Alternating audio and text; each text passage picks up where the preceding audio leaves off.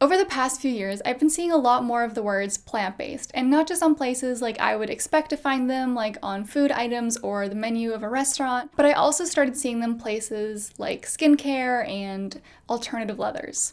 All that got me wondering, do I really know what plant-based means? And have I been using it correctly? The term plant-based was coined in the 1980s by Dr. Colin Campbell, who coined the term in order to describe his research that he had conducted on the effects of plant-heavy diets on human health, namely as a part of the China study, which you may have heard of. The plant-based diet is a popular, evidence-based diet that's been shown to decrease the risk of heart disease, diabetes, and cancer, and in some cases has even been shown to reverse the disease. The China study showed that people eating plant-based diets had better health outcomes than people who ate more animal product-heavy diets. I struggled to find a concrete definition of what Dr. Campbell considered to be a plant-based diet at the time of coining the term. However, because of what we know about the China study and what Dr. Campbell went on to teach, we can understand that in this context, a plant-based diet is a diet that consists of the majority plant foods and a minority of animal products. Today, the World Health Organization defines a plant-based diet as a diverse range of dietary patterns that emphasizes foods derived from plant sources coupled with lower consumption or exclusion of animal products. This is very similar to a lot of other definitions of a plant-based diet that you'll find online that's being used by many organizations and individuals. So what this means is that somebody who eats 0% animal products is technically eating a plant-based diet. But it also means that somebody who has cow's milk in their coffee and has maybe bacon on their veggie sandwich and eats the occasional steak can also be considered to be following a plant-based diet. But colloquially, it seems that we have a very different understanding of what a plant-based diet is. The most striking example of this that I can think of are vegan activists, and for example, I'm thinking of Earthling Ed and Joey Carbstrong using the word plant-based when they're having their debates and conversations about veganism. Delicious plant-based foods. Be plant-based and get sustenance and nutrients from being plant-based. You just buy plant-based food to get the protein you need from a plant-based diet. Plant-based options can taste nice. I'm going to choose plant-based food.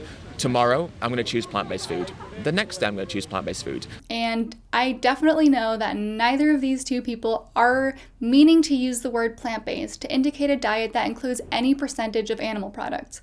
Trust me, no vegan is advocating for that. Another interesting example of this is plant-based news. They have plant-based in the title, but once you look even a little bit deeper, you'll recognize that they are a vegan news organization and they are self-described as such. While I was researching for this video, I came across an article that was exploring the differences between vegan and plant-based. And as a part of their article, they reached out to a bunch of different companies to find out what plant-based meant to them.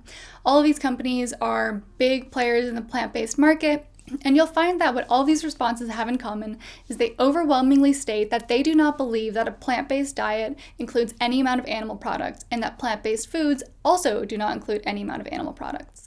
You may have also seen this plant-based certification on foods that you may be buying in the grocery store, and by their definitions and guidelines, a plant-based food contains 0% animal products. I actually think that these people are wrong. I think that the World Health Organization definition is more accurate and is the one that we should all be using, and I'll tell you why. The problem is in the word based. I do understand, of course, that language can change over time, and words take on the meanings that people ascribe to them. However, in this case, I believe that using the words plant-based to mean something that contains 0% animal products just goes completely against the way that we use based in every other context in the English language.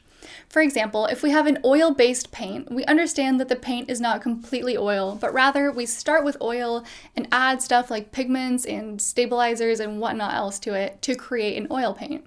The same thing is true of a tomato-based soup versus a cream-based soup, and when we talk about a story being based in reality, we understand that this is not a true story. We know that there are elements of the story that are based in truth, but the rest of it is made up. So maybe I could imagine thinking that a plant-based diet could still make sense for a diet that contains 0% animal products if we were saying that the majority of the diet is plant-derived foods and then the rest of the diet is like additives or processed foods. But I actually don't think that this could be accurate if we consider that the World Health Organization definition explicitly states reduction or exclusion of animal products, meaning that that definition naturally includes animal products. And the same thing with Dr. Campbell's definition. We know that he was studying people who were still eating some amount of animal products. So I think that using that definition would actually be inconsistent. So why have we strayed so far from the definition of plant-based? It all has to do with veganism. If you're like me, you've noticed that the words plant-based and vegan get used interchangeably pretty often. The most notable example I can think of would be a doctor telling their patient to try a vegan diet. The definition of veganism, according to the Vegan Society, is a philosophy and way of living which seeks to exclude, as far as possible and practicable, all forms of exploitation of and cruelty to animals for food, clothing, or any other purpose. Notably, Dr. Campbell, who remember originally coined the term plant-based, has been quoted as saying, "I wanted to emphasize that my work and ideas were coming totally from science and not any sort of ethical or philosophical consideration." Veganism, on the other hand, is based purely on ethical and philosophical consideration. Simply avoiding animal products in your diet does not make you vegan. In order to be considered vegan, you must act purely out of moral and ethical concern for animals, and this concern must extend into every part of your life. So, for example, vegans also, in addition to avoiding animal products in their diet, they also avoid things like wool, leather, and silk, only buy cruelty-free and vegan beauty products, and they also don't go to things like zoos or aquariums. Once you look even a little bit below the surface, it becomes very clear that these terms mean very different things. So why do they get mixed up so often? This is where things start to get a little bit tangled up, but also very interesting. So over the past 20 years, a lot more people have become vegan. And with that, a lot of people have become familiar with the idea of vegans not eating animal products.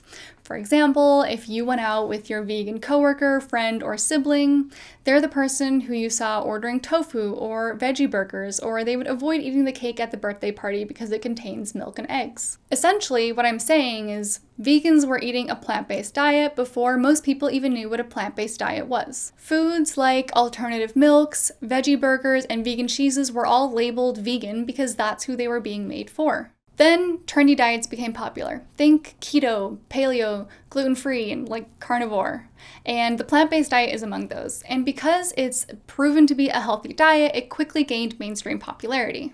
The tricky thing is, the diet portion of veganism is technically plant-based because remember, all vegans eat 0% animal products. And since previously the only group who had been eating what is in essence a plant-based diet were vegans, and because all vegan food is technically plant-based, people switching to plant-based diets began to misidentify themselves as vegan. Like, imagine you don't know a lot about veganism and then you switch to a plant-based diet and suddenly you're following vegan recipes, you're going to vegan blogs, you're able to eat at vegan restaurants, and you're eating the same thing that your vegan cousin eats at the 4th of July barbecue. It makes a lot of sense how you could mistake yourself as vegan.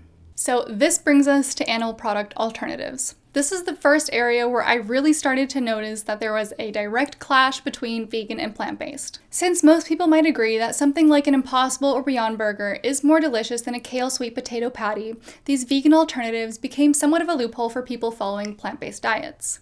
So what do I mean by loophole? At its core, the plant-based diet is about maximizing health through diet. And while these meat, egg, and dairy replacements are technically healthier than their animal-derived counterparts, they're still not really considered health foods. But since something like a vegan chicken nugget or vegan burger is technically derived from plants, typically soy or another kind of vegetable protein, they do still qualify as plant foods. As the plant-based diet grew in popularity, more companies wanted to get in on the action, and they started producing a lot more of these animal-free alternatives.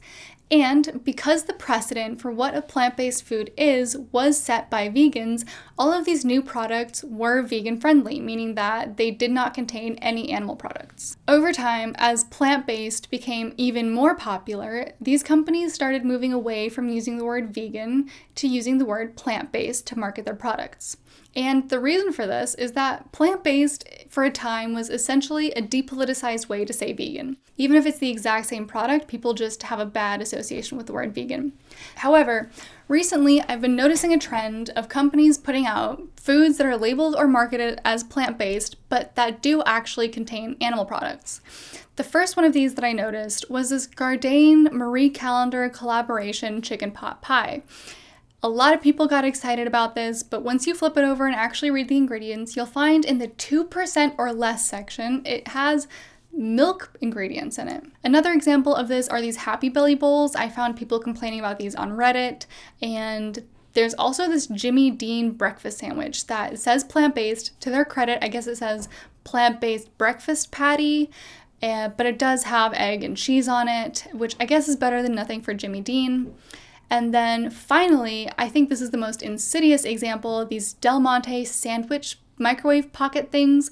They clearly say plant-based on them, but when you look a little bit closer, you'll find that it says things like contains real cheese.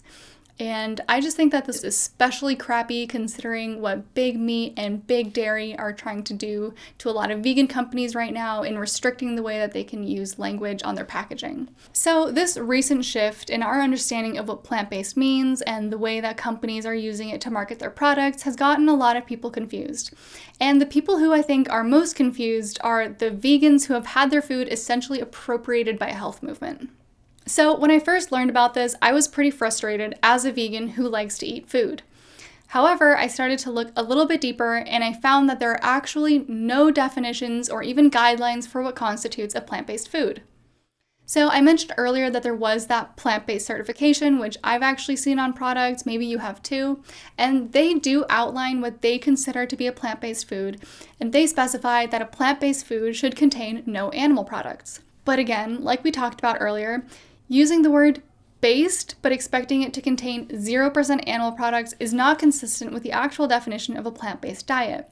And I think that if we accept that a plant-based diet can, in some circumstances, contain some amounts of animal products, I just don't think it's consistent for us to then try to say that a plant-based food may contain no animal products, because then we're basically using the same words to mean two different things. If we use a practical example like a veggie sausage, and then like maybe this veggie sausage has some egg in it, that's just a vegetarian sausage. Like, is that helpful to anybody? Would we have like a soy patty, but it has 20% or something of actual beef in it?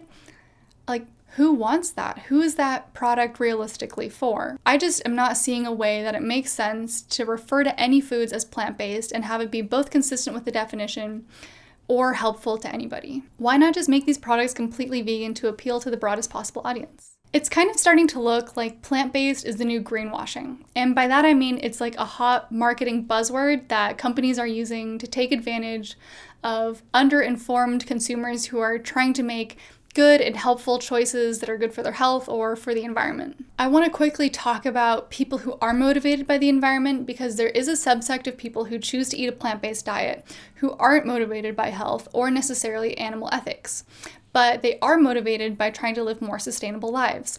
And since they aren't doing it for animals and they aren't necessarily doing it for their health, they technically don't fall into the plant-based category and they technically don't fall into the vegan category. More on that later. These days, Dr. Campbell is a vocal proponent of a whole food plant-based diet. A whole food plant-based diet, as you may have heard, is a diet that consists of mostly unprocessed whole plant foods, like fruits, vegetables, legumes, seeds, oils, and so on and so forth. On Dr. Campbell's website, there is a do and don't list for how to follow his recommended whole food plant-based diet. On these lists, we'll find that pretty much all processed vegan alternative foods are in the no avoid section. And interestingly, we'll also find that all animal products are also in the no/avoid section. This and the addition of the words whole foods are our biggest clues going forward. It seems like our understanding of what a plant-based diet is has strayed pretty far from its original intention, which is to eat as healthfully as possible. Even though something like a soy patty is healthier, better for the environment, and cruelty-free than their meat counterparts, should we be calling them plant-based? Personally, I don't think so. The word plant-based belongs to a different time. A time when if you wanted to avoid animal products, your only choice was unprocessed plant foods. So, for this new era of food, I think that we need new words. During my research, I realized that there are a lot of ways that we use these words that are either inconsistent with each other or inconsistent with the definitions. So I came up with some ways to tweak them that I think would better reflect what we mean when we say them. First, plant-based diet. A diet which mostly or completely avoids animal products, but is not necessarily health-driven. This could be flexitarians, vegans, people who are motivated by the environment, people who are against using animals for food but aren't fully vegan yet, in addition to people who want to eat fewer animal products for their health. This uses the word based in a consistent way and accounts for many different motivations in a way that we seem to use the term already. Next is the whole food plant diet. This is a diet which completely avoids animal products and processed foods for health-related reasons. These are our health-motivated people. The word based is removed to reduce the ambiguity we discussed earlier. These foods don't really need a catchy label because they already have names like peanut or strawberry or like bean. Next up is vegan or suitable for vegans. The definition of vegan remains the same, but is reapplied in place of the word plant-based when talking about individual foods or products that contain no animal products. So, I actually think that suitable for vegans is the best way to describe food and products that contain no animal products because food can't technically hold a philosophical belief. And finally, we have plant-based food, and I think we should get rid of this term altogether. It just doesn't make sense in this context. As we talked about earlier, it just is not a helpful way to describe food in any kind of meaningful way that's consistent with the definition of a plant-based diet. Unless you avoid animal products for ethical and moral concern for animals and do so in all aspects of your life, do not call yourself vegan. If you do avoid animal products and you do so for your health or out of concern for sustainability or the environment, call yourself plant-based. For now, that's the best word we have.